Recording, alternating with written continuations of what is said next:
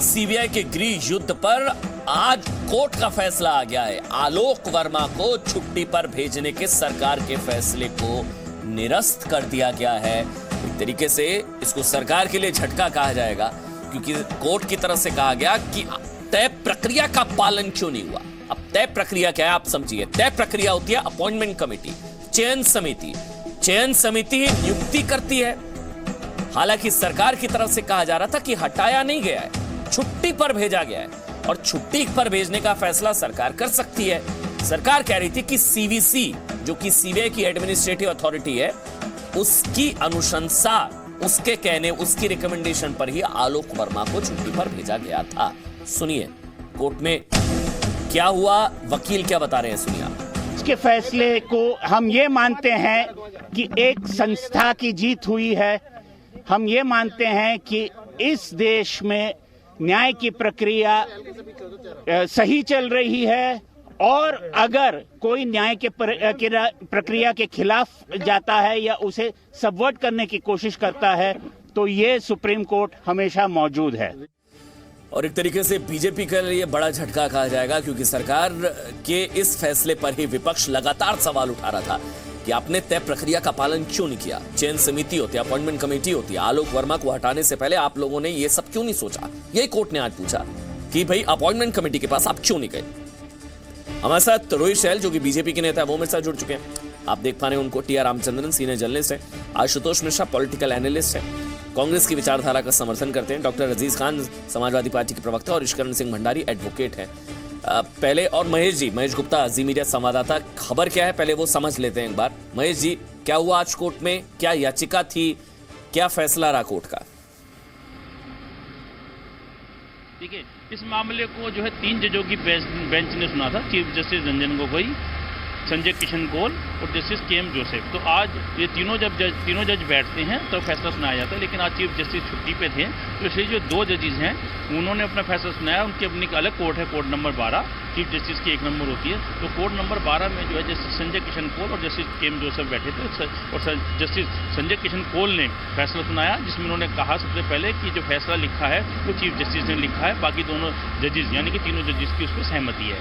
और उसके अंदर फिर उन्होंने पूरा जो सीबीआई के एक्ट की कुछ मुख्य बातें वो हैं, और विनीत नारायण की जो एक पुरानी जजमेंट है जो इस ऊपर थे कि सीबीआई को पूरी स्वतंत्रता मिले, उसके आधार पर अपॉइंटमेंट की एक प्रक्रिया क्या होगी, कि 2 साल से पहले किसी का ट्रांसफर नहीं होगा, ताकि वो जो डायरेक्टर है वो स्वतंत्र होकर बिना किसी दबाव में काम कर सके। और अगर किसी के खिलाफ कोई कंप्लेंट आती है, किसी सीबीआई डायरेक्टर को हटाया जाएगा तो क्या प्रक्रिया होगी, ये सब बातें उसके अंदर कही गई हैं। तो कोर्ट ने पहले इन सब बातों को पढ़ा, और कोर्ट ने कहा कि जो विनीत नारायण मामला था पुराना, वो विनीत नारायण के नाम से केस को जाना जाता है, इसलिए बार बार हम विनीत नारायण मामला बोलते हैं। तो विनीत नारायण मामले में जो सुप्रीम कोर्ट की जजमेंट थी उसको नज़रअंदाज नहीं किया जा सकता है कि जो सीबीआई डायरेक्टर है या सीबीआई जो है वो निष्पक्ष होकर काम करे, उसको स्वतंत्र रखना जरूरी है।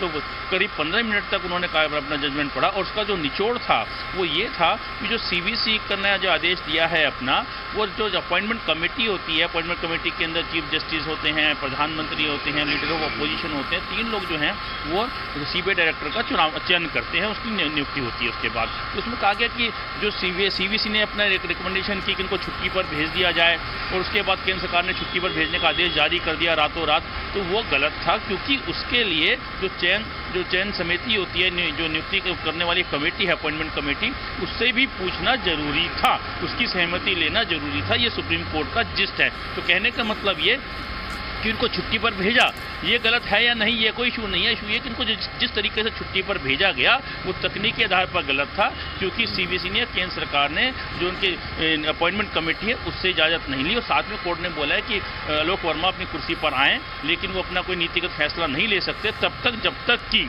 जो अपॉइंटमेंट कमेटी है वो इस मामले को दोबारा से देखेगी, और अपॉइंटमेंट कमेटी देखेगी कि क्या उनको हटाया जाए या क्या उनको छुट्टी पे भेजा जाए या उनके खिलाफ कुछ भी ना किया जाए। एक चीज और क्लैरिफाई करिए अपॉइंटमेंट कमेटी का। जी, एक चीज और क्लैरिफाई करिए। अगर सीबीआई डायरेक्टर पद पर रहते हुए कोई नीतिगत फैसला ही नहीं ले सकते, तो फिर रीइंस्टेट करने का क्या मतलब हुआ? पद पर रहेंगे लेकिन फैसला नहीं लेंगे कोई? नहीं, देखिए, रीइंस्टेट करने का रीइंस्टेट करने का मायने ये, जो देखिए, जो कोई बड़ा फैसला है वो नहीं ले सकेंगे, ताकि कोई ये ना कहे कि भाई 2 ऑफिसर्स के बीच में झड़प चल रही थी या कि सरकार के अगर उन्होंने कोई फैसला ले लिया, लेकिन हाँ ये कि उसमें कोई जो रूटीन की इन्वेस्टिगेशंस होती हैं, केस रजिस्टर होते हैं, ये सब तो एक रूटीन की प्रक्रिया वो तो की जाएगी।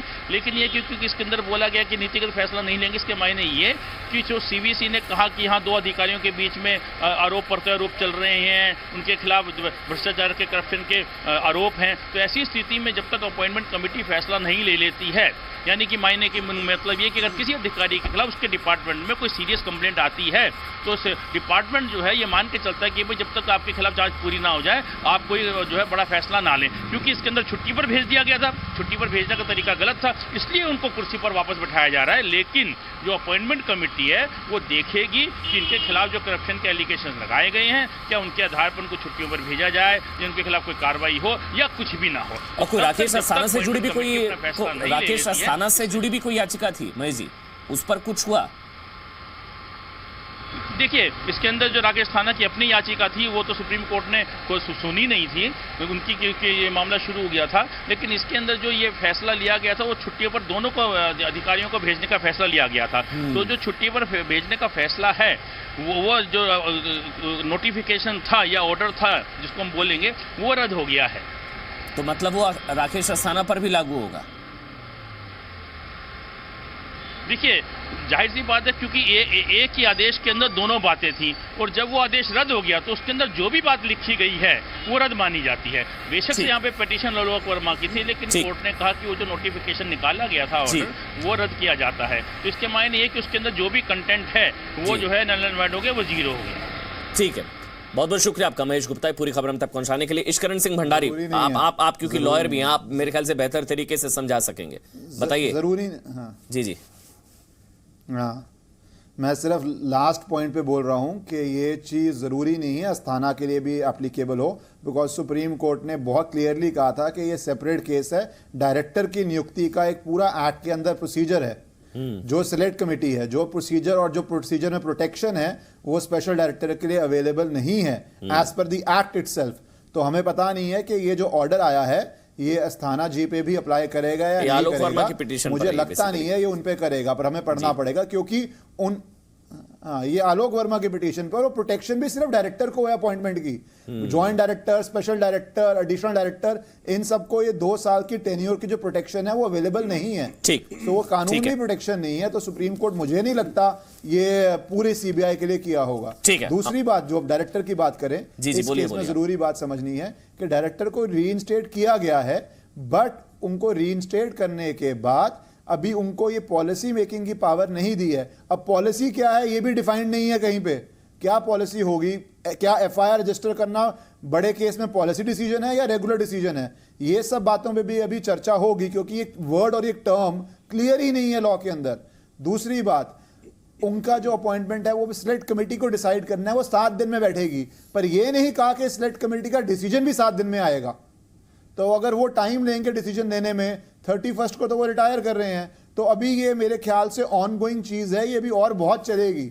इसमें अभी कोई आपको, मेरा नहीं लगता कि चीज की समाप्ति हो गई है या आपको एब्सोल्यूट क्लैरिटी आ गई है, क्योंकि ना पॉलिसी डिसीजन ले पा रहे हैं और ना आपकी अपॉइंटमेंट कंफर्म की गई है, वो सिलेक्ट कमेटी ने डिसाइड करनी है। और सिलेक्ट कमेटी के ऊपर कोई बाधा नहीं है कि वो 15 दिन में डिसाइड करे या 25 दिन में डिसाइड करे, तब तक रिटायरमेंट आ जाएगी। तो अभी भी हम बहुत आपने मेरे ख्याल से 2-3 इंपॉर्टेंट चीजें कही हैं, अभी भी पॉसिबल है। जी, एक तो ये आपने इंपॉर्टेंट कहा कि अपॉइंटमेंट कंफर्म अभी नहीं हुई है, वो अपॉइंटमेंट कंफर्म करेगी सेलेक्ट कमेटी। उस 31 को रिटायर हो रहे हैं, ये सारी चीजें हैं। बहरहाल लेकिन सेटबैक है, ये सरकार के लिए सेटबैक है, इससे इनकार नहीं किया जा सकता। रोहित शैल, आप ही से इसलिए मेरा सवाल, क्यों नहीं पालन किया तय प्रक्रिया का, सेलेक्ट कमेटी के पास क्यों नहीं गए? ये शुरुआत से विपक्ष आपसे पूछ रहा था, आप सुप्रीम कोर्ट को पूछना पड़ा। अमन जी, मुझे लगता है अभी जजमेंट आई है, एक बार जजमेंट को पूरा पढ़ना पड़ेगा। पहले तो उसमें क्या लिखा है, किस तरीके से लिखा है, जिस तरीके से अभी बताया मेरे भाई ने कि उसमें कई चीज़ें हैं, तो एक बार पढ़ना पड़ेगा क्या है, पहली चीज़। दूसरी चीज़, अभी आपने जो प्रश्न किया, देखिए सरकार ने कहीं पर भी उनको उनका ट्रांसफ़र नहीं किया था। अगर ट्रांसफ़र होता है तो सेलेक्ट कमेटी ज़रूर उसमें होता है, लेकिन जब उनको छुट्टी पे भेजा गया, छुट्टी पे भेजने का कारण क्या था? देखिए एक प्रीमियर इंस्टीट्यूट है, लोगों का भरोसा है। लेकिन कोर्ट कह रहा है छुट्टी पर भेजा, इस तरह से वो गलत था। बिल्कुल देखिए उसी पे आ रहा हूं। देखिए सीबीआई जैसी जो इंस्टीट्यूट है, इतना प्रीमियर इंस्टीट्यूट है, इतना नाम है और लोगों का एक भरोसा है, जब दोनों डायरेक्टर जो सीबीआई के थे आपस में जिस तरीके से लड़ रहे थे तो एक मैसेज समाज में बहुत गलत जा रहा था और सीवीसी ने उसकी सिफारिश की कि इनको क्योंकि छुट्टी पे भेजा जाए, सरकार ने तुरंत उसके अंदर निर्णय लिया और उसकी देखिए मैं बताया ना प्रक्रिया क्या है। प्रक्रिया अगर आप उनका ट्रांसफर करते हैं तो उसके अंदर आपको करना पड़ता है, लेकिन ठीक है कोर्ट ने कहा है और अब जो सेलेक्ट कमेटी के अंदर जाएगा तो सेलेक्ट कमेटी इसके अंदर डिसाइड करेगी क्या करना है और जिस तरीके से उन्होंने कहा है कि अभी कोई बड़े निर्णय नहीं ले सकते तो अच्छी बात है। लेकिन हम चाहते हैं, भारतीय जनता पार्टी का स्टैंड क्लियर है कि सीबीआई की जो विश्वसनीयता है, जिस तरीके से लोगों का भरोसा है वो बना रहे और अच्छे निर्णय भी सीबीआई लगातार काम कर रही है, अच्छा काम कर रही है, मुझे लगता है ऐसे ही करती है। आशुतोष मिश्रा, लेकिन ये भी एक क्लीन चिट भी नहीं दी गई है, जांच होगी और अपॉइंटमेंट कमेटी जांच करेगी, यानी कि केस में मेरिट देखा होगा तभी कोर्ट ने कहा कि नीतिगत फैसला नहीं ले सकते, सेलेक्ट कमेटी अपॉइंटमेंट कमेटी जांच करेगी आलोक वर्मा पर लगे आरोपों की। अमन आपसे थोड़ा सा मेरा मत भिन्न है और उसकी 2-3 वजह हैं। पहले अभी आप एक सवाल पूछ रहे थे राकेश अस्थाना के लिए, तो राकेश अस्थाना को 10 बजे रात में एक ऑर्डर के थ्रू जो है वर्मा जी ने हटा दिया था और वर्मा जी को हटाने का जो ऑर्डर था वो रात के 11 बजे आया था। तो पहला तो प्रश्न चिन्ह यही है कि जो है वो है कि नहीं।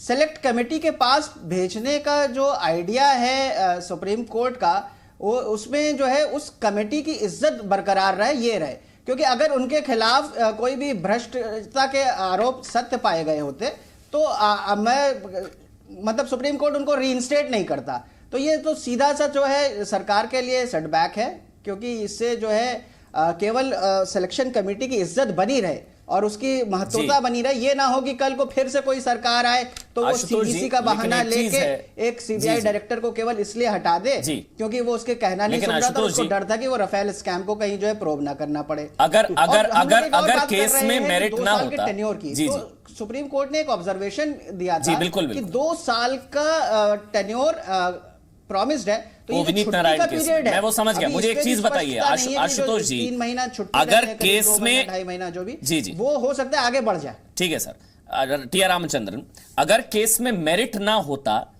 तो कोर्ट जांच के लिए नहीं कहता, रीइंस्टेट कर देता, ये नहीं कहता कि आप पॉलिसी मैटर्स से जुड़े डिसीजन पर फैसला नहीं लेंगे जांच पूरी होने तक। केस में कुछ मेरिट देखा होगा इसलिए विद कंडीशंस अप्लाई, मतलब कुछ कंडीशंस के साथ ही रीइंस्टेट किया गया है और जांच होगी इस पूरे मामले की, ये भी कोर्ट ने कहा है। टी आर रामचंद्र, देखिए कोर्ट मेरे हिसाब से बहुत ही गार्डेड रही है इस मसले को लेके, और इसलिए भी है क्योंकि सीबीआई एक बड़ी प्रीमियर इन्वेस्टिगेटिव एजेंसी है और वहां पर कुछ गलती अगर हो गई तो मेरे ख्याल में इस पूरे इंस्टीट्यूशन पे एक बहुत बड़ा धब्बा लग जाएगा। दूसरी बात यह है कि अपील्स दोनों ने की हैं, अस्थाना साहब जो उनके जूनियर हैं आलोक वर्मा के, और वर्मा साहब ने स्पेशल डायरेक्टर, और वर्मा साहब ने सीबीआई के डायरेक्टर होते हुए जिस तरीके से उनको हटाया गया उसको उन्होंने ऑब्जेक्शन लेके सुप्रीम कोर्ट के सामने गए जी। जहां तक उनकी रीइंस्टेटमेंट है उसमें तो सुप्रीम कोर्ट ने कह दिया है कि इनको आप वापस ले लें करिए, ठीक, और आप वापस सेलेक्ट कमेटी के पास जाएं जो 3 लोगों का है, चीफ जस्टिस ऑफ इंडिया, प्रधानमंत्री जी और लीडर ऑफ द ऑपोजिशन, इस पूरे मसले को देखें और उसके बाद एक डिसीजन पे आए। सबसे अहम मुद्दा यह है कि इन एनी केस अब से कुछ 25 दिन 24 दिन रह गए जब तक वो रिटायर हो जाएंगे 31 जनवरी को, तो मेरे ख्याल में सरकार के लिए इस वक्त सम्मानजनक विदाई का तरीका, सरकार अपने आप में सोचेगी कि हम इस बात पे चुप रहें, वो 31 तारीख को वैसे ही रिटायर हो रहे हैं और उसके बाद इस मसले पे जाएं। देखिए होता तो यही है, क्योंकि अगर मिल गई सेलेक्ट कमेटी तो सवाल ये उठाएगा कि आप मिले, आपने क्या डिसीजन लिया और पहले क्यों नहीं मिले? फिर जब ऐसे मिलना था तो पहले मिल जाते, मामला कोर्ट में जाता ही नहीं, सेलेक्ट कमेटी तय प्रक्रिया का पालन हो जाता। डॉक्टर अजीज खान, आप भी मेरे ख्याल से यही मांग कर रहे थे कि अगर आरोप हैं भी तो तय प्रक्रिया के मानकों के हिसाब से हटाया जाए आलोक वर्मा को, ऐसे नहीं रातों रात आदेश आ जाए, हटा दिया।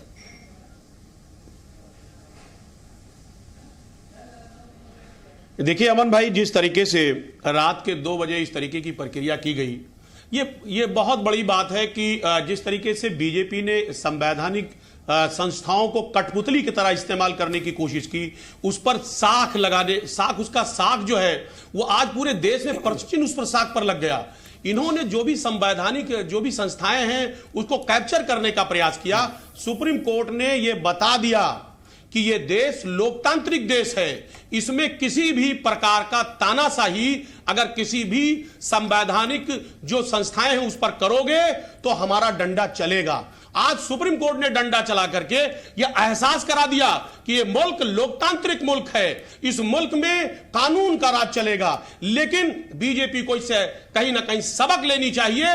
जिस तरीके से उन्हें तानाशाही करके एक आलोक वर्मा जी को हटा दिया था और एक चीज बताइए, ऐसे संविधान का उल्लंघन किया, संविधान से खिलवाड़ किया, वाकई में बहुत दुर्भाग्य है। डॉक्टर अजीज खान, एक सवाल का जवाब दीजिएगा, मैं उम्मीद करूंगा पॉइंटेड सवाल पॉइंटेड जवाब। आपको आलोक वर्मा इतने पाकसाफ क्यों लगते हैं? आरोप तो उन पर भी है 2 करोड़ घूस लेने का। आप सेलेक्टिवली आलोक वर्मा को ही क्यों बचा रहे हैं? अस्थाना पर भ्रष्टाचार के आरोप, अस्थाना भ्रष्टाचारी। आलोक वर्मा पर भ्रष्टाचार के आरोप, 2 करोड़ घूस लेने का आरोप। सेलेक्टिवली आलोक वर्मा ही आपको इतने पाकसाफ क्यों लगते हैं? इसी का जवाब दीजिएगा। देखिए अमन जी, मैं किसी के पाक साफ होने का क्लीन चिट नहीं दे रहा हूं। हमने प्रक्रिया पर सवाल उठाया था। हमने यह कहा था कि अगर कोई भी किसी भी शख्स को अगर हटाया जा रहा है, जो उसकी प्रक्रिया है उस प्रक्रिया को अपनाना चाहिए। हमारा सवाल तानाशाही पे था, हमारा सवाल संवैधानिक शक्तियों जो संस्थाएं हैं उनको जिस तरीके से इस्तेमाल बीजेपी कर रही है उस पर सवाल था। हमारा सवाल किसी को क्लीन चिट देने का नहीं था। आप भूल रहे हैं, लेकिन बीजेपी फिर मैं आपकी याददाश्त थोड़ी सी ताजा कर दूं। अस्थाना के खिलाफ आप लोग थे कि राकेश अस्थाना को उन पर कार्रवाई की जाए, केसेस किए जाएं, उनके ऊपर ट्रायल चले, उनको हटाया जाए।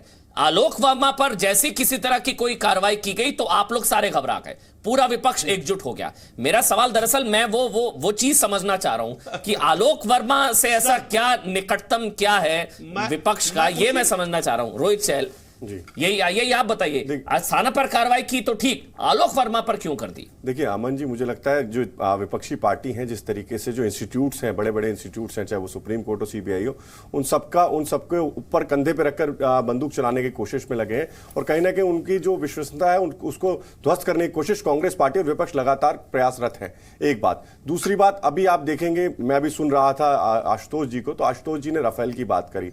अरे राहुल गांधी जी के सपने में आकर बता के गए थे क्या? और आपके पास कहां से? ये बड़ी गंभीर बात है कि इनको कैसे पता कि उस राफेल की जांच होने करने वाले थे। एक बात। दूसरी बात, मैं उसी पर आ रहा हूं, अब मैं इनकी बात पे एजाज जी, देखिए मैं इसी पे आ रहा हूं। देखिए बड़ा विषय यहां पर यह है सीबीआई जी।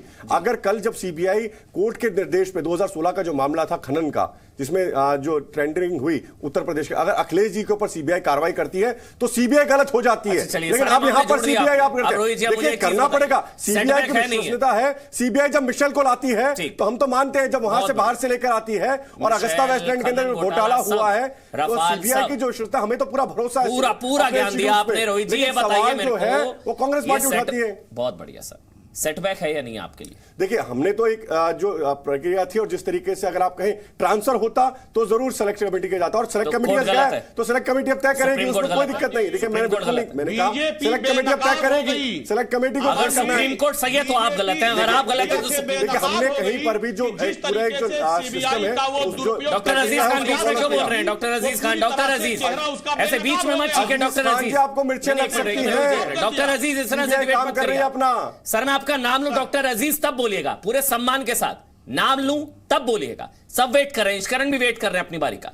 नाम लूं तब बोलिएगा। रोहित सहल, अगर कोर्ट सही है तो आप गलत है, अगर आप सही तो कोर्ट गलत, अगर आज कोर्ट सही है तो आप गलत थे, मानिए। देखिए अमन जी, देखिए उसमें 2-3 चीजें मैंने कहा ना, जजमेंट आप पूरा पढ़ेंगे। अभी जिशकरण जी ने जिस तरीके से फैसला निरस्त कर दिया। देखिए हमने उनको छुट्टी पे नहीं भेजा, सरकार ने जो था उनको छुट्टी उस पे छुट्टी पे भेजा था, ना कि उनका ट्रांसफर किया था। ट्रांसफर पर भेजने के फैसले को निरस्त, मतलब आपका फैसला गलत। देखिए दोनों को भेजा, एक को नहीं भेजा। जब सीबीआई जैसे इंस्टीट्यूशन में इतनी जो डायरेक्टर पद पे बैठे हैं दोनों लोग और आपस में लड़ रहे हैं, फैसला सही था आपका। देखिए हमें, देखिए हमारे लिए सीबीसी की, देखिए सीबीसी ने हमें कहा था, सीबीसी जो जो सवाल करप्शन फैसला सही था आपका, दोनों के ऊपर करप्शन के चार्जेस थे, वो देश के लिए ठीक नहीं था। फैसला सही था भेजा कि न्याय। देखिए सर मैं सवाल पूछ रहा हूं, फैसला सही था आपका? देखिए फैसला सही था, सही था तो कोर्ट गलत है, कहीं ना कहीं देखिए कोर्ट ने आज भी क्या कहा है, कोर्ट ने उनको अभी भी जो इंपॉर्टेंट डिसीजन है उनको लेने के लिए उन्होंने रोका है कि अब जांच जो है, जो डिसाइडिंग जो है सिलेक्शन कमेटी है वो डिसाइड करेगी, तब तक उनके पास उस तरीके की पावर नहीं है। तो हमें चाहते हैं कि सीबीआई की विश्वसनीयता बनी रहे, लेकिन ये जो समाजवादी और कांग्रेस पार्टी है, जब सीबीआई काम करती है तो उसको कहते हैं सरकार का होता है। तो हमें लगता है कि कहीं ना कहीं आज कांग्रेस पार्टी समाजवादी इंस्टीट्यूशंस को बदनाम आशुतोष जी आपके पास आ रहा हूं, आशुतोष जी आपके पास आ रहा हूं। उससे पहले इश्करण सिंह भंडारी 30 सेकंड्स में आपको दे रहा हूं, फिर आशुतोष जी आप बोलिएगा। अमन जी जी इश्करण सिंह भंडारी, ये जो राइडर्स लगा दिए गए हैं विद कंडीशंस कि आप पॉलिसी मैटर्स नहीं, तो क्लीन चिट तो नहीं दी गई है। अमन जी, ये बेसिकली ये किया गया है कि आपने प्रोसीजर कोर्ट के हिसाब से प्रॉपर जो होना चाहिए था वो नहीं हुआ, बट कोर्ट ने प्रोसीजर को स्ट्राइक डाउन करते हुए ये नहीं कहा कि आपको सारी पावर्स वो दे दी गई हैं जो इस ऑर्डर से पहले आपके पास थी। दूसरा, कोर्ट ने वर्ड यूज किया है पॉलिसी डिसीजन नहीं लेंगे। अब यहां पे बैठ के हम तो कुछ भी बोल देंगे पॉलिसी क्या है। पॉलिसी का मतलब क्या है? एफआईआर भी पॉलिसी है क्या? रेड्स पॉलिसी है पॉलिटिकल केसेस में, या बिग बिजनेस केसेस में, या कंट्रोवर्शियल केसेस में, या ट्रांसफर पॉलिसी है? ये पॉलिसी शब्द पे कोई क्लैरिटी नहीं है, बिकॉज सीबीआई एक्ट में या सीबीआई में या ईडी में पॉलिसी शब्द का कभी इस्तेमाल ही नहीं हुआ है। सो जब ये नया शब्द डाला गया है, अब सीबीआई डायरेक्टर का कोई भी फैसला, क्या वो पॉलिसी फैसला है, क्या वो नॉर्मल फैसला है, ये बात हम तो यहाँ पे तय नहीं कर सकते। तो शायद क्या एक राउंड वापस कोर्ट में जाएगा, कह सकते हैं उस राउंड को कोर्ट में जाने के लिए भी अब समय नहीं बचा है। जी, ये तो आप इश्करण कह सकते हैं एज ए लॉयर कि सरकार ने सही रूट नहीं अपनाया छुट्टी पर भेजने का, जो कोर्ट भी कह रहा है सही प्रक्रिया का पालन। बिल्कुल बिल्कुल बिल्कुल जी बिल्कुल, कोर्ट ने बिल्कुल साफ कहा है कि आप ये प्रोसीजर जो आप फॉलो कर रहे थे, ये प्रोसीजर आपको नहीं फॉलो करना चाहिए था, आपको सिलेक्ट कमेटी में जाना चाहिए था और सिलेक्ट कमेटी को फैसला लेना चाहिए था। तभी सुप्रीम कोर्ट ने कहा है कि अब सिलेक्ट कमेटी फैसला लेगी। पर मैं एक लार्जर बात कर रहा हूं कि इससे कोई पिक्चर क्लियर नहीं हुई है और कोई सरकार का ये भी नहीं हुआ है कि आपका फैसला इतना गलत था कि हम एकदम से रीइंस्टेट कर रहे हैं। Exactly. तो मेरे ख्याल से ये सरकार का जो नोटिफिकेशन क्वॉश की गई है, पर ये स्टेलमेट ही है, इसमें कोई क्लैरिटी नहीं आई और कोई बहुत बड़ी वजह किसी साइड की नहीं होगी इसके। आशुतोष जी ये सारा वापस जाएगा कोर्ट के अंदर और सिलेक्ट कमेटी के अंदर। ठीक है आशुतोष जी, रीइंस्टेट किया गया है लेकिन विद कंडीशंस, कुछ पाबंदियों के साथ कि पॉलिसी मैटर्स पर डिसीजन नहीं ले सकेंगे आलोक वर्मा, यानी कि क्लीन चिट नहीं दी गई। आप तो क्लीन चिट दे रहे थे सर, कांग्रेस पार्टी तो क्लीन चिट दे रही थी आलोक वर्मा को। अमन जी, पहली बात तो मैं ये बताना चाहूंगा, आप एक अभी प्रश्न उठा रहे थे कि विपक्ष क्यों आलोक वर्मा के साथ खड़ी है। विपक्षी नहीं, भाजपा के बड़े नेता हैं और इश्करण जी के गुरु हैं सुब्रमण्यम स्वामी, वो भी खड़े हुए थे आलोक वर्मा के साथ और उन्होंने कहा था कि आलोक वर्मा एक ईमानदार व्यक्ति हैं। तो उसको ये विपक्ष वर्सेस सरकार की लड़ाई नहीं तो है। सर आप सेलेक्टिव मत होइए, भाजपा के ऑफिसर्स में सेलेक्टिव हो रहे हैं, मेरा ऑफिसर वर्सेस तेरा ऑफिसर। ठीक है, पहली बात ये बीजेपी का, ये आप सेलेक्टिव, या तो अस्थाना पर भी आरोप है। मुझे एक चीज बताइए आप आशुतोष जी, स्वामी तो भाजपा के। जी मैं एक चीज कह रहा हूं ना सर, एक मिनट छोड़िए ना किसी नेता का नाम। मैं कह रहा हूं अगर दोनों पर आरोप लगे, दोनों को छुट्टी पर भेजा गया, सिर्फ आलोक वर्मा को ही क्यों बचाना? दोनों पर आरोप लगे, दोनों को छुट्टी पर भेजा गया, तब आपकी नीयत में खोट नजर आता है सर। जब आप सेलेक्टिव हो जाते हैं, मेरा ऑफिसर तेरा ऑफिसर, सीबीआई को बांट रहे हैं आप लोग। राकेश, आप सुनिए तो पूरी बात। बोलिए। नहीं, राकेश अस्थाना पे जब आरोप लगे तो जब वो खुद फंसने लगे तब उन्होंने आरोप लगाया। नहीं सर, ये चिट्ठी पहले उन्होंने कैबिनेट सेक्रेटरी को लिख दी थी। अगर राकेश आशुतोष जी, अब आपका होमवर्क पूरा नहीं है। राकेश अस्थाना आरोप लगने से पहले ही राकेश अस्थाना ने 2 करोड़ घूस लेने का आरोप लगाते हुए कैबिनेट सेक्रेटरी को चिट्ठी लिख दी थी। सुप्रीम, हाँ, क्योंकि राकेश अस्थाना को मालूम था और ये सुप्रीम कोर्ट ने भी ऑब्जर्व किया है कि जुलाई में लिखी हुई चिट्ठी अमन जी बार बार मेरा नाम लिया है तो मुझे बोलने दीजिएगा एक बार। जी बिल्कुल, में भरे हुए बार मेरा नाम ले रहे हैं तो मुझे बोलने दीजिएगा। भरे हुए पीएमओ के एक अफसर का भी नाम था जिसमें कि उनपे कास्ट हो रहा था स्पर्शन, इसलिए जो है आलोक वर्मा। लेकिन आशुतोष जी बड़ा ये गजब ने क्यों इसको जी बिल्कुल। अब इश्करण सिंह भंडारी बात जवाब दीजिए। क्योंकि अगर बेईमान होते, अशोक अस्थाना अगर बेईमान होते तो जो है पक्की बात है कि सुप्रीम कोर्ट उनको रीइंस्टेट नहीं करता। ठीक है इश्करण सिंह भंडारी, जस्टिस पटनायक के अंडर ये जो है। आशुतोष जी, अब 1 मिनट बोलने दीजिए, 1 करके बोलिए। हमें ये बात यहाँ पे जब हमें यहाँ पे आशुतोष जी सिर्फ यहाँ पे पॉलिटिक्स कर रहे हैं। हमें कोर्ट का जो फैसला आया है उसके हिसाब से जाना पड़ेगा। कोर्ट का फैसला 3 रूप में आया है। एक रूप ये कहता है कि हाँ, जिस तरह का ये ऑर्डर हुआ था, ये ऑर्डर सिलेक्ट कमेटी को करना चाहिए था, सीवीसी को नहीं करना चाहिए था। पर कोर्ट ने उसके बाद पूरा रास्ता नहीं गया है। ये नहीं कहा है कि किसी भी सिचुएशन में जो आपने ऑर्डर किया वो इलीगल था तो वापस उनके पास सारी पावर्स आ गई हैं।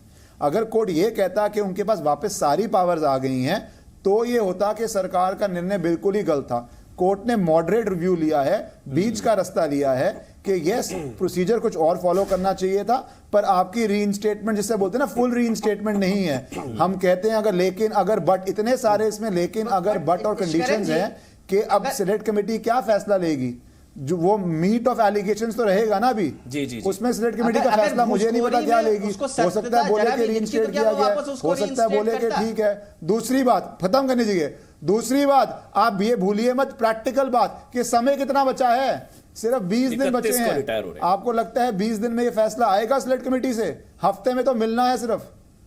तो ये अभी सारी बातें मॉडरेट वे में गई हैं, कोई वन तरफा ऑर्डर नहीं है। इसमें सुप्रीम कोर्ट ने ऑब्जर्व किया है कि 2 साल का एश्योर्ड टेन्योर है, तो ये जो 3 महीना जो छुट्टी पे गए थे ये बढ़ाया जा सकता है। सुप्रीम कोर्ट तो आप तो वकील हैं, आपने पढ़ा होगा वो ऑब्जर्वेशन। अगर आप ऑर्डर समझें, अगर मैं यही आपको बोल रहा हूं कि जो सुप्रीम कोर्ट ने कहा है कि ये नोटिफिकेशन क्वॉश किया गया है, वो तो जजमेंट का पार्ट है। पर मैं ये बोल रहा हूं, नोटिफिकेशन क्वॉश करने के बाद पूरी पावर्स रीइंस्टेट नहीं की गई हैं, ये भी जजमेंट का पार्ट है। तो आप जजमेंट का पार्ट सिलेक्टिवली मत भी पढ़िए। ठीक है डॉक्टर अजीज खान और रोहित शैल, अब आप दोनों से सवाल है। पहले डॉक्टर अजीज खान। ठीक डॉक्टर अजीज खान, आप लोग सेलेक्टिव क्यों हो गए? यही सवाल मैंने आशुतोष से पूछा, यही सवाल मैं आपसे पूछ रहा हूं। आप लोगों ने ऑफिसर्स बांट लिए कि एक ऑफिसर के साथ कांग्रेस, एक ऑफिसर के साथ कथित बीजेपी। आप लोगों ने सीबीआई को बांट दिया सर, अपनी पॉलिटिक्स के चक्कर में। डॉक्टर अजीज, फिर आप बोलिएगा रोहित। 30 सेकंड। डॉक्टर अजीज, देखिए अमन जी, हमने सीबीआई को नहीं बांटा, सीबीआई को तो बीजेपी ने बांट दिया। सीबीआई के साख पर इतना बड़ा सवाल खड़ा कर दिया कि ये सीबीआई इतनी बड़ी संस्था जिसकी देश और दुनिया में कितनी बदनामी हो गई। आप देखिए कि राकेश अस्थाना जी के ऊपर कहीं ना कहीं घूसकांड का एक जांच हो रहा था, और आलोक वर्मा जी के ऊपर आप ये देखिए कि आरोप कौन लगा रहा है? आरोप वो लगा रहा है जिसकी जांच हो रही है। तो सवाल इस बात का है कि जो आरोपी है उसकी जांच हो रही है, वो कहीं ना कहीं आरोप लगा रहा है आलोक वर्मा के ऊपर। इसलिए देश की जनता, विपक्षियों का और पक्ष वालों का, यहां तक कि सुब्रमण्यम स्वामी जी का, वो सारे लोग आलोक वर्मा जी के पास खड़े थे, उनके साथ खड़े थे। क्यों?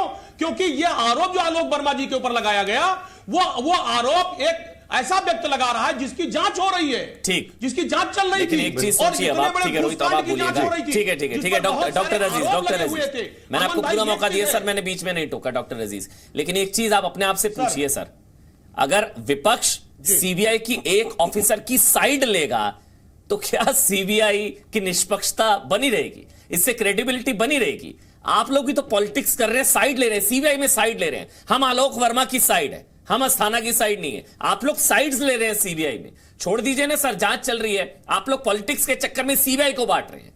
रोहित शैल, आप बोलिए। डॉक्टर अजीज बीच में मत बोलिएगा। देखिए अमन जी, जब मैं अभी सुन रहा था तो मुझे हैरानी इस चीज की हो रही थी। पहले तो मैं आपके प्रश्न का उत्तर दे दूं।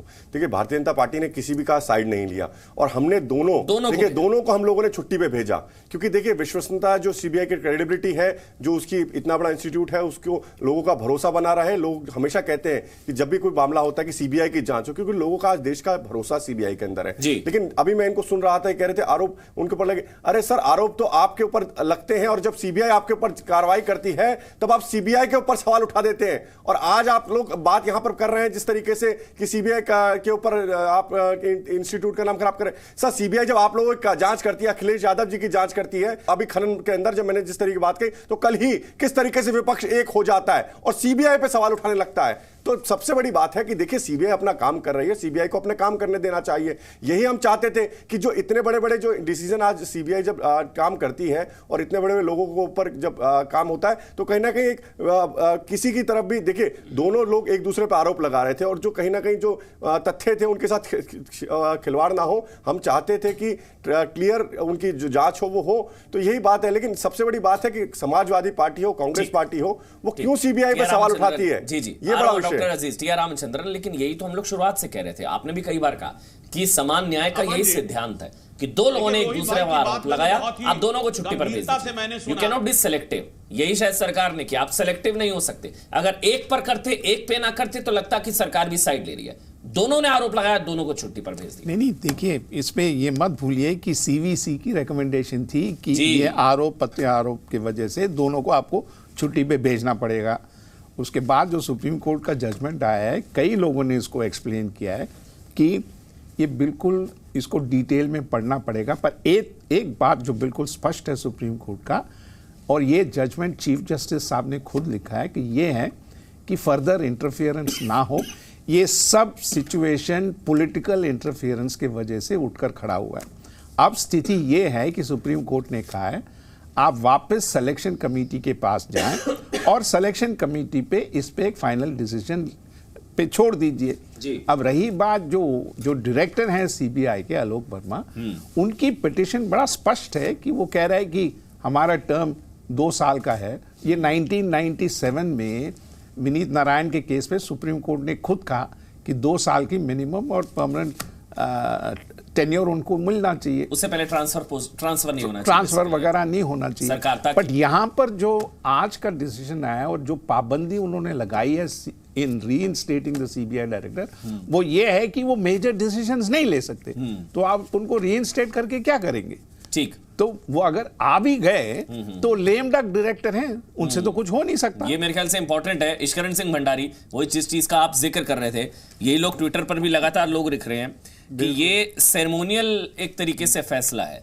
फैसला आप ले नहीं सकते, पद पर रहेंगे लेकिन फैसला नहीं। जैसे एक फिलोसफर ने फाइनली कहा था, more things change the more they remain the same. ये वही बात हुआ है, चेंज तो हुआ है, पर क्या चेंज हुआ है सीबीआई डायरेक्टर पोजीशन में, ये समझना मुश्किल हो रहा है इस समय। क्योंकि जैसे मैंने कहा, अगर जब एक्टिंग डायरेक्टर ने कुछ ट्रांसफर्स किए थे तो वो कोर्ट में चैलेंज हो गए थे कि ट्रांसफर भी पॉलिसी का पार्ट है या नहीं है। सुप्रीम कोर्ट ने उसमें अंतिम फैसला नहीं दिया था जो एडिशनल जो एक्टिंग डायरेक्टर अपॉइंट हुए थे। तो वैसे ही अब क्या ट्रांसफर पॉलिसी का हिस्सा है? क्या बिग पॉलिटिकल केसेस पॉलिसी का हिस्सा है? क्या एफआईआर पॉलिसी का हिस्सा है? क्या चीज पॉलिसी का हिस्सा है? ये कोई गवर्नमेंट तो है नहीं कि लार्ज पॉलिसी बनाती है, ये तो इन्वेस्टिगेटिव का काम करती है। अब इन्वेस्टिगेशन के अंदर, एफआईआर के अंदर, रेड के अंदर, अरेस्ट के अंदर पॉलिसी मैटर क्या है, उस पर कोई स्पष्टीकरण नहीं है। और ये स्पष्टीकरण तो मेरे ख्याल से केस बाय केस, अब क्या हर केस के लिए जो भी पार्टी है वो कोर्ट जाके स्पष्टीकरण लेगी, या फिर ये बात को सुप्रीम कोर्ट ने सिर्फ मॉडरेटली डील किया है और सिलेक्ट कमेटी जो हफ्ते में मिल रही है, वैसे भी 31 के बाद तो सिलेक्ट कमेटी को मिलना है नया डायरेक्टर अपॉइंट करने के लिए। 20 दिन में नया भी अपॉइंट करेंगे, 20 दिन में पुराने को भी रीइंस्टेट कर रहे हैं, पावर्स दे रहे हैं, कैसे करेंगे? ये सब बातें अभी स्पष्ट नहीं हुई हैं। इसलिए I think things have changed, जल्दबाजी नहीं की जानी चाहिए। ये मेजर हैज हैपेंड कि ये बीजेपी के लिए झटका है, कांग्रेस पार्टी की बड़ी जीत है, विपक्ष जो कह रहा था उनकी बात पर मोहर है। ये सारे अभी रेटोरिक जो है उनको संभाल के रखना चाहिए अभी थोड़ी देर के लिए, कम से कम जब तक फैसले की कॉपी और उसको पढ़ लिया जाता। लेकिन एक चीज साफ है आशुतोष जी, मैं आप ही के पास आ रहा हूं, फैसला गलत नहीं था। ये कोर्ट ने कहा है आलोक वर्मा को, मतलब उन पर कार्रवाई का फैसला गलत नहीं था, जिस तरीके से फैसला लिया गया वो गलत था। नहीं अमन, आप इसको गलत तरह से पेश कर रहे हैं, क्योंकि अगर जो है उन पे घूसखोरी का जो है आरोप सच होता तो जो है उसको वापस नहीं उनको रीइंस्टेट करता। नहीं सर, सेलेक्ट कमेटी जांच करेगी, कहीं कभी भी नहीं होगा। सेलेक्ट कमेटी जांच करेगी। दूसरी सिलेक्शन कमेटी उन पर आरोप सही है या गलत के लिए, जैसे कि भविष्य में ऐसा ना हो। और दूसरी बात जो है, जो और इम्पोर्टेंट है, वो ये, जैसे हम लोग अभी बात कर रहे हैं पॉलिसी डिसीजन की, तो जैसे ही जो है वर्मा जी हटाए गए थे तो बहुत सारे अफसरों को काला पानी तक ट्रांसफर कर दिया गया था, पोर्ट ब्लेयर तक। तो वो जो लोग इन्वेस्टिगेट कर रहे थे केस अगेंस्ट राकेश अस्थाना, खासकर वो लोग थे। नहीं सर, उनके ऊपर भी 2 करोड़ घूस लेने का आरोप था। आप लोग सेलेक्टिव क्यों हो रहे हैं सर? ऑर्डर लिया नहीं।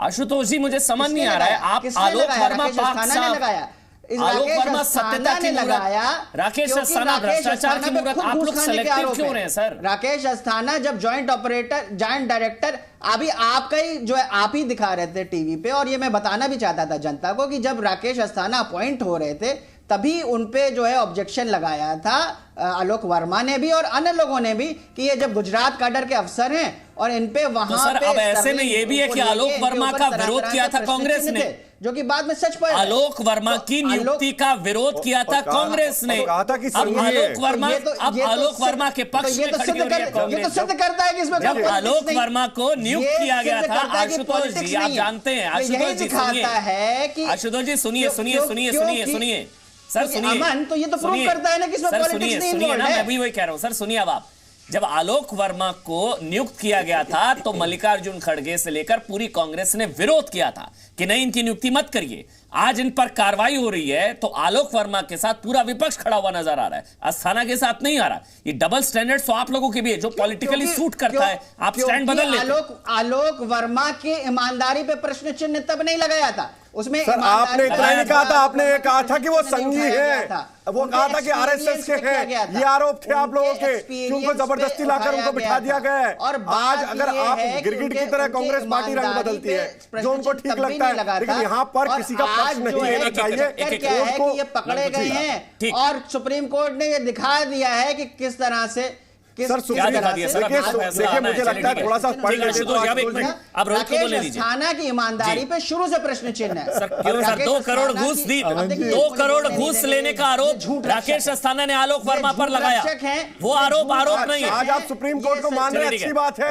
राफेल पे आपने सुप्रीम कोर्ट को नहीं माना। सुप्रीम कोर्ट जब कहता है कि सब कुछ साफ है, राफेल डील बहुत जरूरी थी, देश के हित में थी और उसमें कोई घोटाला नहीं हुआ, तब आपको सुप्रीम कोर्ट गलत नजर आता है। आज आपको सुप्रीम कोर्ट सही नजर आ रहा है, तो मुझे लगता है हास्यास्पद है। कांग्रेस पार्टी जो है वो लगातार जो इंस्टीट्यूट है, चाहे सुप्रीम कोर्ट हो, चाहे इलेक्शन कमीशन हो, चाहे सीबीआई हो, उनकी क्रेडिबिलिटी डाउन करने में लगी है, गिराने में लगी है, उनके पास सवाल करने में लगी है। लेकिन जब सीबीआई जांच करती है तो सीबीआई गलत हो जाती है। तो लगता है कि कांग्रेस पार्टी जो सिलेक्टिव राजनीति कर रही है और कहीं ना कहीं अंदर इंटरनल पॉलिटिक्स कराने की कोशिश लगातार कांग्रेस पार्टी कर रही है। देखिए हम चाहते हैं जो जांच है वो ठीक से हो, सीबीआई अपना काम ठीक से करे और उसके अंदर कोई दिक्कत हो सिलेक्शन कमेटी तय करेगी कि वो ठीक है नहीं है। पहले कह रहे थे सिलेक्शन कमेटी तय करेगी, अब आप भी तो बदल रहे हैं। पहले आप लोग कह रहे हैं सिलेक्ट कमेटी की जरूरत नहीं है छुट्टी पर भेजने के लिए, अब आप कह रहे हैं छुट्टी पर दोनों को भेजा था, अस्थाना जी को। सर पहले क्यों नहीं गए सिलेक्ट कमेटी के पास? देखिए दोनों को भेजा था, पहले क्यों नहीं गए सिलेक्ट कमेटी के पास? देखिए सिलेक्शन कमेटी देखिए आशुतोष जी आप एक मिनट सर, आप बोले जा रहे हैं, रेडियो की तरह बजे जा रहा है सर आपका रेडियो शुरू उन पे। जी आशुतोष जी औरों को भी बोलने दीजिए सर प्लीज, क्योंकि आप बोलने नहीं देते। अगर आप नहीं बोलते तो कोई नहीं बोलता।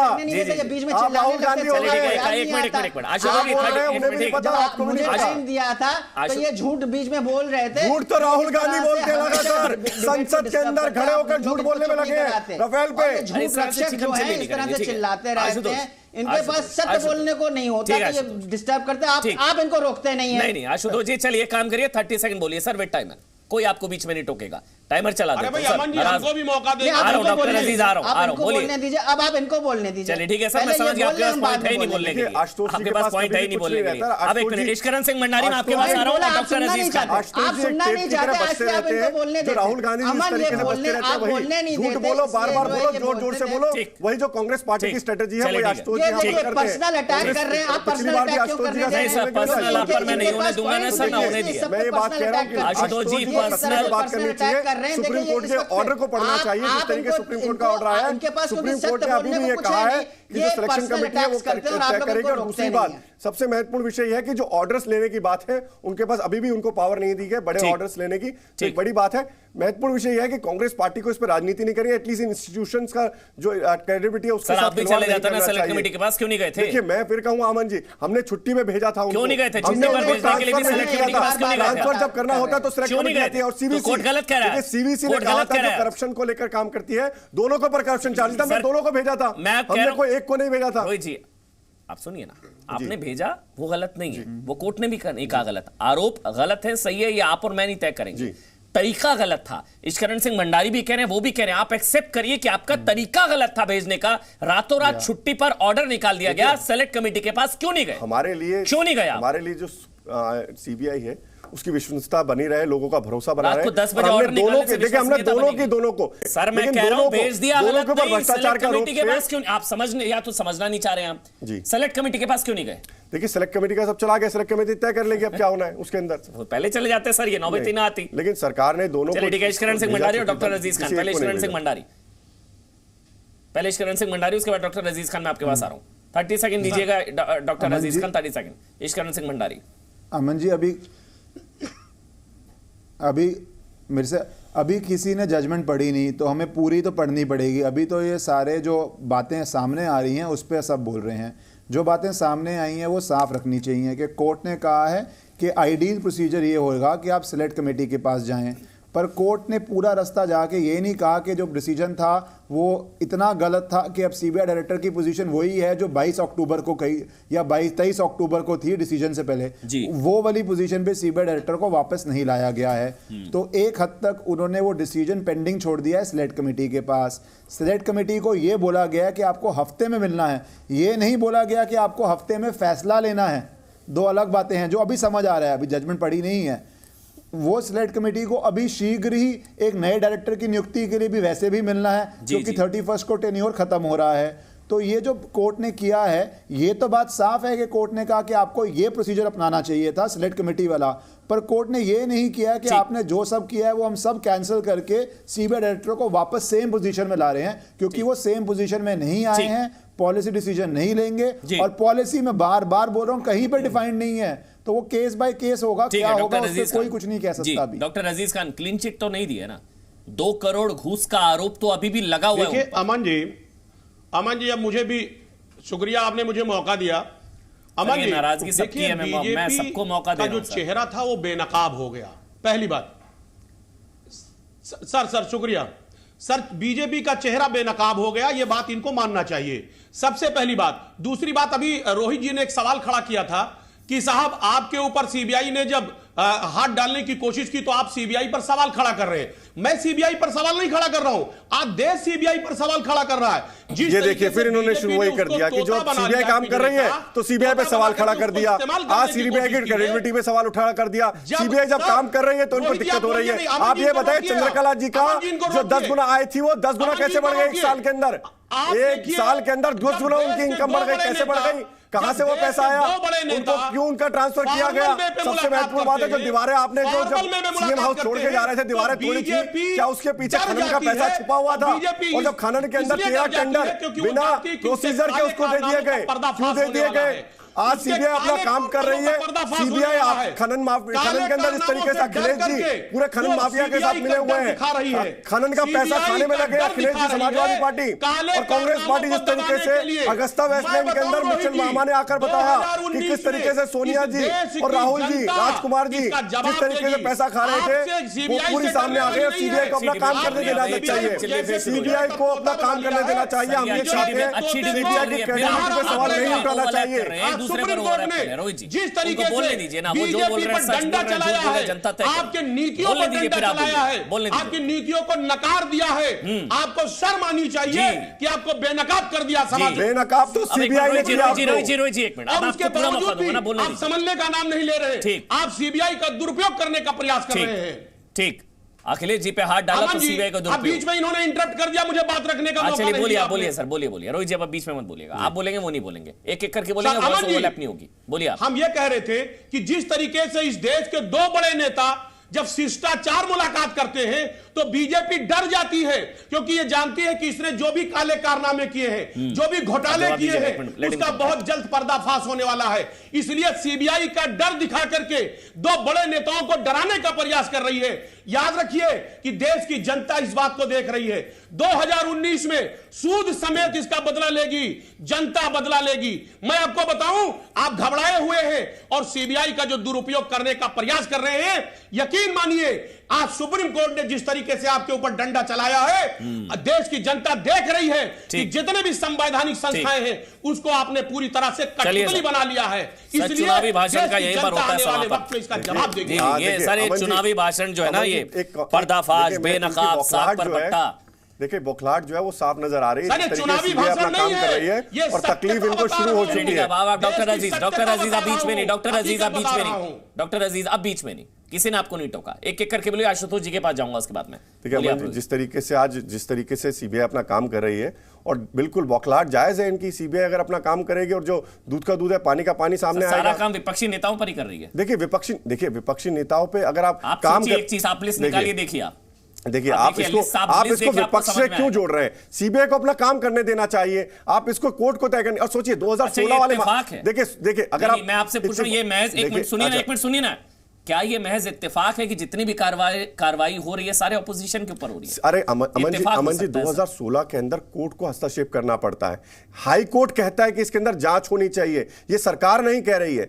हाई कोर्ट ने कहने पर वो जांच चल रही है, सीबीआई अपना काम कर रहा है। अब इसमें भी तकलीफ हो रही है कांग्रेस पार्टी को और समाजवादी पार्टी को, तो कोर्ट से दिक्कत है, ये बताइए। कोर्ट को मानते हैं, एक तरफ कोर्ट राफेल पे कहता है कि बिल्कुल ठीक है तो इनको दिक्कत होती है, कोर्ट कहता है कि खनन के अंदर अखिलेश यादव जी दोषी हैं, अखिलेश यादव जी ने भ्रष्टाचार किया है, समाजवादी पार्टी ने वहां पर उस समय भ्रष्टाचार हुआ है, चंद्रलेखा जी की जो आय है वो 10 गुना बढ़ गई है। तो ये सब चीजें जो है वो सामने है। देखिए यही भी सीबीआई का मामला है, किस तरीके से आज वो सीबीआई की विश्वसनीयता पे कांग्रेस पार्टी और समाजवादी पार्टी लगातार सवाल उठा रही है। सीबीआई को अपना काम करने देना चाहिए। हमारा भारतीय जनता पार्टी का स्टैंड बहुत क्लियर है, सीबीआई अपना काम करे। और जो भी लोग हैं, देखिए सबसे बड़ी बात है देश में भ्रष्टाचार 0% टॉलरेंस है, लेकिन आज आपने बड़ी अच्छी बात कही, जनता एक तरफ है और ये भ्रष्टाचारी एक तरफ है। इनको भ्रष्टाचार करने का मौका आज नहीं मिल रहा, इसलिए सारे जो चोर हैं ये सारे एक हो चुके हैं। देर रात ऑर्डर आने से सीबीआई की विश्वसनीयता बरकरार रहती है।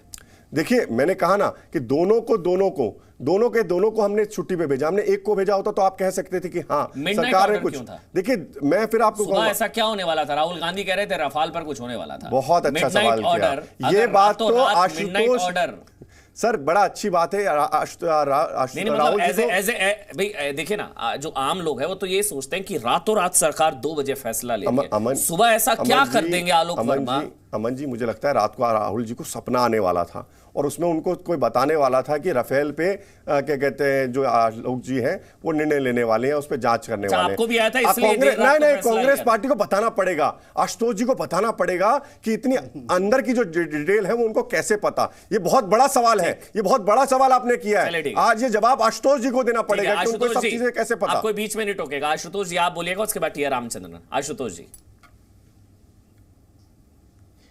देखिए, रोहित की तरह मैं जो है कांग्रेस का प्रवक्ता नहीं हूं, तो मुझे जो जानकारी है वो जो मीडिया में थी उसी के थ्रू आपको भी और मुझे भी है। तो उसमें किसको सपना आया और किसको नाइटमेयर आया, दुस्वप्न आया, डर गया, डर के मारे भगा दिया, वो तो अलग बात है। हमें और आपको सबको मीडिया के थ्रू ही ये सब पता चलता है। तो दूसरी बात जो हम लोग एक चीज़ बार बार भूल रहे हैं कि इसमें जो एक बहुत इम्पॉर्टेंट बात है कि जो आलोक वर्मा ने चार्ज लगाया था कि पीएमओ में जो है कोल स्कैम से कंसर्न भी एक अफसर हैं जिसपे कि आलोक वर्मा कार्रवाई चाहते थे और राकेश अस्थाना उसको अपोज कर रहे थे। ये लड़ाई वहां से शुरू हुई थी। तो इसलिए इसमें जो है ये देखा जाता है कि पीएमओ का इंटरफियरेंस रहा है और कोई हवा में लोग बात नहीं करते। और ये जो स्वामी जी ने भी कहा था कोल के अंदर मनमोहन सिंह जी का था, कोल का घोटाला सबको देश को याद है, पूरे काले हो चुके हैं कांग्रेस पार्टी कोल घोटाले के अंदर। और घोटालों में कांग्रेस थी, कांग्रेस में घोटाला था ये नहीं पता कि जो है सुब्रमण्यम स्वामी ने एक्सीडेंटल प्राइम मिनिस्टर मूवी आ रही, देख लीजिए समझ में आ जाएगा। टाइम इतना ही सुब्रमण्यम मैं सिर्फ इतना कहूंगा, एक सवाल आपसे पूछ लेता हूं सर, हर कोई पॉलिटिकली एक्सप्लॉइट कर रहा है अपने फायदे के लिए, जिसको लगता है जिससे जहां फायदा हो जाएगा उस वही पॉलिटिकली एक्सप्लॉइट कर रहा है सीबीआई, और फिर सीबीआई को स्केपगोट बना दिया जाता है। तो इसका जवाब सिर्फ एक ही है कि जब तक राजनीतिक दल इंटरफियर नहीं करेंगी सीबीआई या बाकी इंस्टीट्यूशन में, तब तक ये मसला चलता रहेगा और उसका कोई आसानी से हल नहीं निकलेगा।